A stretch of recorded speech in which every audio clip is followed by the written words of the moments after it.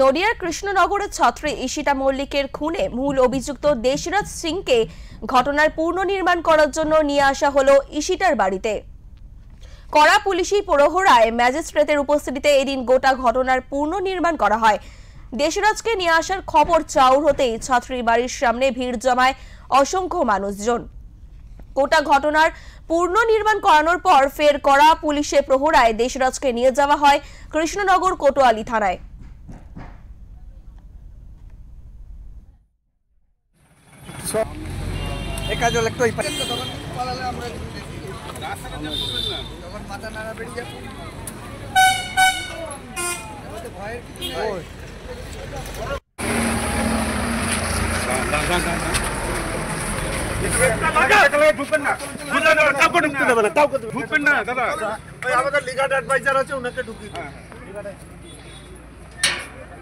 কেউ ঢুকছে না।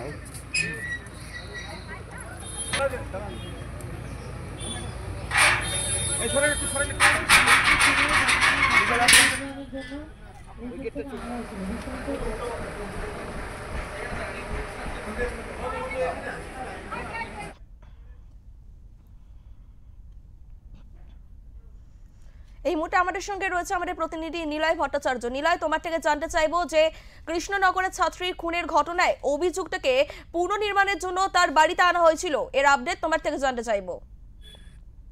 এখন প্রথমে বলে রাখি যে এই কৃষ্ণনগরের ছাত্রী ঈশিতা মল্লিক খুনে ইতিমধ্যেই কিন্তু গ্রেপ্তার হয়েছে মোট ৩ জন। প্রথমে এই দেশরাজের মামা কুলদীপ সিংহকে গ্রেপ্তার করে, তারপর কিন্তু দেশরাজ সিংকে গ্রেপ্তার করে এবং তারপরে গতকাল তার বাবা অর্থাৎ রাঘবেন্দ্র প্রতাপ সিং তাকেও কিন্তু গ্রেপ্তার করে নিয়ে আসে বিএসএফ জয়সালমীরের বিএসএফ কম্পাউন্ড থেকে।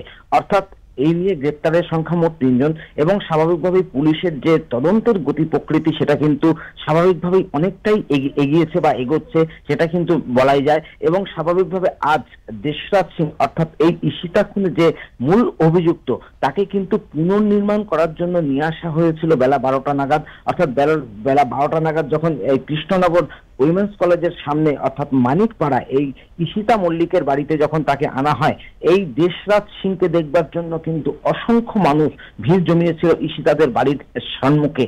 অর্থাৎ এখানে কিন্তু ভিড়ে ভিড়ে ছয়লাভ হয়ে গেছে এবং কড়া পুলিশি প্রহরায় ম্যাজিস্ট্রেটের উপস্থিতিতে আজ তাকে পুনর্নির্মাণ সেদিনের ঘটনার পুনর্নির্মাণ করানো হয় এবং তারপর সেখান থেকে কিন্তু কৃষ্ণনগর থানা অর্থাৎ কোতোয়ালি থানার উদ্দেশ্যে রওনা হয় পুলিশ এবং স্বাভাবিকভাবে দেশরাজকে কিন্তু কড়া প্রহরায় কিন্তু তাকে আবার সেই কোতোয়ালি থানাতে নিয়ে যাওয়া হয় এবং বেশ খানিকক্ষণ ধরেই কিন্তু এই সেদিনের ঘটনার পুনর্নির্মাণ করানো হয় এই দেশরাজকে দিয়ে। সেদিন সে এসেছিল কিভাবে এবং কি থেকে এখানে কিভাবে ঢুকেছিল এবং ঈশিতা ছাত্রীকে কিভাবে সে গুলি করেছিল, গোটা ঘটনাটা সেখানে পুনর্নির্মাণ করানোর পর তাকে কিন্তু কৃষ্ণনগর কোতোয়ালি থানার উদ্দেশ্যে নিয়ে যাওয়া হয়। ধন্যবাদ নিলয় তোমায়।